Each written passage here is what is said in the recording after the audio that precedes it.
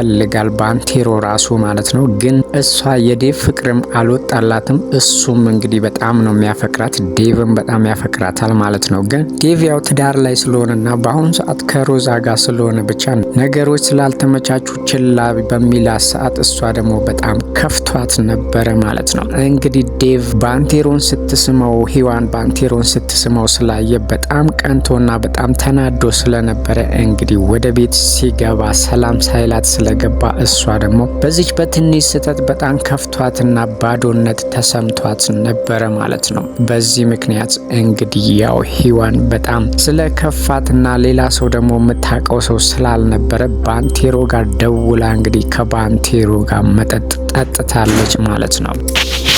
በጣም ከፍቷትም በጣምም ብቸኝነት ተሰምቷት ስለነበረ እንግዲህ ከመጠን በላይ ጠጥታ ስለነበረ ነውና የሰከረችው ማለት ነው። እንግዲህ ባንቴሮ ደግሞ ትክክለኛ ነገር ነበር ያደረገው ማለት ነው። ዴቭ የተረዳበት መንገድ ሌላ ነው። እንግዲህ ባንቴሮ ደግሞ የተረዳበት መንገድ ሌላ ነው። እሷ እንግዲህ ያው በዴቭ ተናዳ በጣም እየጠጣች ስለነበረና ከጠጣች ደግሞ መስከሯ ስለማይቀር እንደዛ ሰክራ ሲያያት እንግዲህ ትቷት ወዴት መሄድ ስለማይችል በእግሯን በደንብ መራመድ ስለማትችል እንግዲህ አዝሏት ወደ ቤት መጥቶ ነበረ ማለት ነው። ዴቭ ደግሞ ይሄንን ነገር በሌላ መንገድ ነው የተረዳው ማለት ነው። ምክንያቱም ባንቴሮን እንግዲህ ከቤተሰቦቼ እራቅ ብልህ በፍጹም ልሰማ አልቻልክም፣ አንተ በጣም ጨካኝና መጥፎ ሰው ነህ፣ እባክህ ከህይወቴ ውጣ ቢለውም እንግዲህ ባንቴሮ ደግሞ ዴቭን ለዴቭ በፊት ካለው አስተሳሰብ በጣም ተቀይሮ እንግዲህ እንደ ወንድሙና እንደ ቤተሰቡ ነው የሚያየው ማለት ነው። እንግዲህ ዴቭ ትልቅ ቅያሜና ትልቅ ክፋት በውስጡ የያዘው ማለት ነው። ያው ባንቴሮ ታክሞ ሲመጣ በፍጹም እንዳልዳነ አስመስሎ ነበረ። አንድ እሱ እንዴት እንደዚህ ልታስመስል ትችላለህ? ሰዎችን ልትጎዳና የበፊቱ ማንነት ስላለቀቀህ ነው ብሎ እንግዲህ ያንን ነገር ይቅርታ ማድረግ አልቻለም ማለት ነው። ባንቴሮ ደግሞ እንዳልዳነ የመሰለበት ምክንያት ያው የሮዛን ክፋትና አልዳንም ብላ እንድትደሰት ነበረ ማለት ነው። ነገሮች ግን እንዳሰቡት አልሄደላቸውም ማለት ነው። ባንቴሮም ሮዛ በጣም ስታናድደው ዘሎ አንገቷን ባነቃት ሰዓት እንግዲህ ዴቭ ሲያየው ይሄንን ነገር ያደረግከው ወይም ደግሞ ድነህ እንዳልዳንክ የመሰልከው በፍጹም ማንነትህና አንተነትህ ስላልተቀየረ ለበቀልና ለበደል ነው እንደዚህ ያደረግከው ብሎ እንግዲህ ከቤትም አባሮት ነበረ ማለት ነው። ባንቴሮ ግን የተረዳበት መንገድ እሱ ያው ሮዛን ለመበቀልና ሮዛ ደስ እንዲላት ማለትም አልዳንም ብላ ጮቤ እንድትረግጥ ፈልጎ ነበረ ማለት ነው። ያው ስትናገረው ተናዶ እንግዲህ ነገሮች ተበላሽተውበታል ማለት ነው። ዴቭ ያ ነገር በጣም አስቀይሞታል። ሚስቴንና ልጄ ሊገልብኝ ነው፣ ልትገል ነው ይሄንን ያደረግከው፣ እኔን መበቀልና እኔም መጉዳትም ከመቼም አትቆጠብም ብሎ እንግዲህ በክፉኛ ተቀይሞታል ማለት ነው። አሁን ላይ ደግሞ እንግዲህ ያው በሂዋን መጥቶበታል። በሂዋን እና በቤተሰቦቼ ፊት ለፊት አንተን ማየት አልፈልግም፣ አለበለዚያ እገልሃለሁ እያለ እንግዲህ እያስፈራራው ነው ያለው ማለት ነው። ባንቴሮ ደግሞ ሁሉንም እንደ ቤተሰብ ነው የሚያየው፣ ያው ከሮዛ ውጪ ማለት ነው። ዴቭ በፍጹም ይሄንን ነገር ሊረዳው አልቻለም ማለት ነው። እንግዲህ አሁን ነገሮቹን እያባባሳቸው ያለው ያው ሂዋን ባንቴሮን ስትስመው ስላየ ብቻ በጣም በቅናት ያው እሷንም እንግዲህ እየነገራት ነበረ ማለት ነው። አዎ ቀንቻለሁ። እሷም የተፈጠረውን ነገር ስትነግረው ስላልዋሸኝና እውነቱን ስለነገረኝ ነው የሳምኩት ብትለውም ሊያምናት አልቻለም ማለት ነው። ሂዋን ግን በአንጻሩ ደስ ብሏታል። ምክንያቱም ዴቭ እንደሚያፈቅራትና ከእሷ ጋር መሆን እንደሚፈልግ አውቃለች ማለት ነው። እሷም በግልጽ ነግረዋለች። አሁንም አፈቅርሃለሁኝ፣ ላንተ ብዬ ነው አንገቴን የደፋሁትኝ፣ ላንተ ብዬ ነው እዚህ ቤት ውስጥም እንደ በታች እየታየው እየኖርክ ያለሁትኝ ላንተ ብዬ ነው። ስለዚህ በጣም አፈቅርሃለሁ። ይሄንን ነገር ደግሞ አንተ አልተረዳህልኝም። አሁን ላይ ቆሜ እየሄድኩ ያለሁትኝና እኔነቴን የሰራኸኝ አንተ ነህ።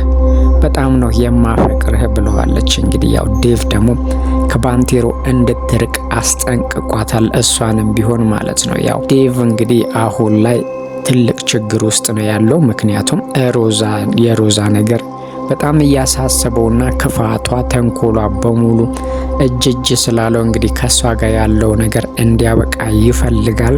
ያው አልተሳካም፣ ነገሮች አልተመቻቹም እንጂ ሮዛን ከምንም በላይ ጠልቷታል ማለት ነው። ያው በውስጡ ልጅህ አለ ብላ ስላለችው ነው እንጂ እስካሁን ድረስ ራሱ ከቤት ያባረራት ነበረ ማለት ነው። እሷ ራሱ እንግዲህ ልጁ የማን እንደሆነ አታውቅም ማለት ነው። ያው ከሌላ ሰዎች ጋር ግንኙነት እንዳላት እናውቃለን ማለት ነው።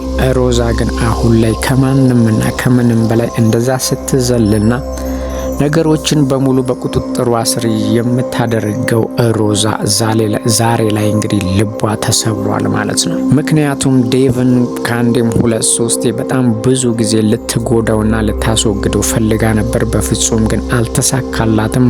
እሷ እንዳሰበችው እየሆነላት አይደለም።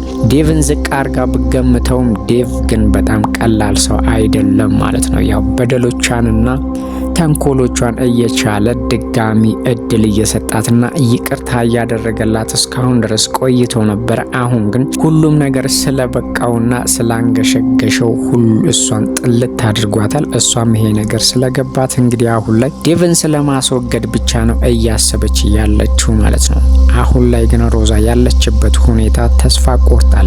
ብቸኝነት፣ ባዶነትና ከንቱነት እየተሰማት ነው ያለው ማለት ነው። ያው ቤት ውስጥ እንግዲህ የበታችነት ስሜት በራሷ ቤት ውስጥ እየተሰማት ነው ያለችው ማለት ነው። የተፈጠረውንም ነገር እንግዲህ ለእናትየዋ ነግራለች ማለት ነው። እናትየዋ ከስር እንግዲህ ያተጎተጉ ልጃቸውን በጣም ትልቅ ችግር ውስጥ ቢጨምሯትም የእሳቸው እጅም ቢኖርበትም ግን ሁሉም ነገር እንዳበቃለትና እሳቸው የሚኖሩበትና የሚኮሩበት ቤት ራሱ የነሱ እንዳልሆነ በማንኛውም ሰዓት እንግዲህ ጎዳና ሊወጡ እንደሚችሉ ለእናትየዋም ነግራለች ማለት ነው። እናትየዋም እንግዲህ ለሷ ብለው የማይሆን ነገር ከሌላ ሰው ጋር አድርገዋል። ይሄ ራሱ ሮዛን አስከፍቷታል ማለት ነው።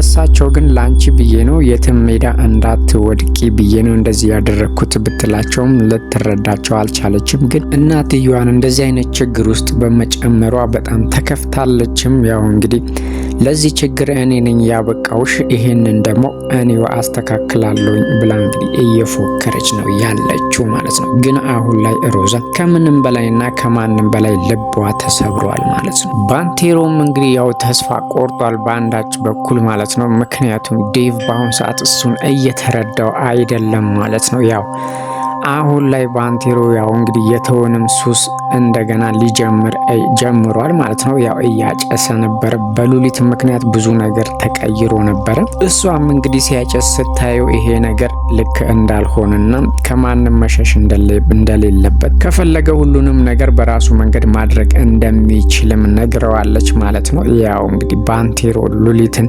በጣም ነው የሚወዳት። እንግዲህ የማይጠብቀውን ነገር ነው ከሷ የሚያገኘው ማለት ነው። ከሰው ሳይሆን ከህሊናው ጋር መታገል እንዳለበትም ነግረዋለች ማለት ነው። ያው ባንቴሮ እንግዲህ በአንጻሩ የሔዋን ፍቅር በጣም እየጎዳው ነው ያለው ማለት ነው። እንግዲህ ሊነግራት አስቦ ነበረ ማለት ነው። አበባም ይዞ እየጠበቃት ባለበት ሰዓት እሷ እንግዲህ ያው ድጋሚ መገናኘት እንደሌለባቸው ነግረዋለች። ግን እስከ መጨረሻው ድረስ እንደማይለያዩ አሁን ላይ እንግዲህ ዴቭ ግንኙነታቸውን ስላልፈለገውና ስላልወደደው ይሄን ነገር ማድረግ እንዳለባቸው ለትንሽ ጊዜም ቢሆን መራራቅ እንዳለባቸው ስትነግረው ተስፋ ቆርጧል ማለት ነው። እንደሚወዳት ሊነግራት ፈልጎ ነበረ። ነገሮች አጋጣሚዎቹ የተፈጠሩት አጋጣሚዎች እንግዲህ እንዳይነግራት አድርጎታል ማለት ነው። ባንቴሮ እንግዲህ ያው ሔዋንን በጣም ከምንም በላይ እየወደዳትና እያፈቀራት ነው ያለው። ሔዋን ደግሞ የዴቭ ፍቅር አልወጣላትም። እንግዲህ እንዴት እንደሚሆን አናውቅም። ግን አሁን ላይ ባንቴሮ የሔዋን ፍቅር በጣም እየጎዳው ነው። እሷም እንደሚወዳት ታውቃለች። ግን ያው ከዴቭ ጋር ነው እሷ መሆን የምትፈልገው። ለዴቭ ብዙ መስዋዕት ከፍላለች፣ ብዙ ነገር አድርጋለች።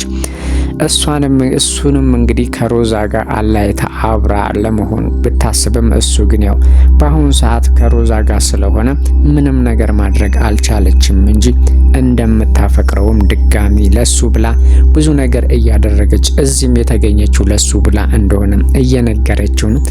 ባንቴሮ እንግዲህ እንዴት እንደሚያደርግ ባናቅም የሔዋን ፍቅር እንግዲህ በጣም እየጎዳው ነው ያለው ማለት ነው።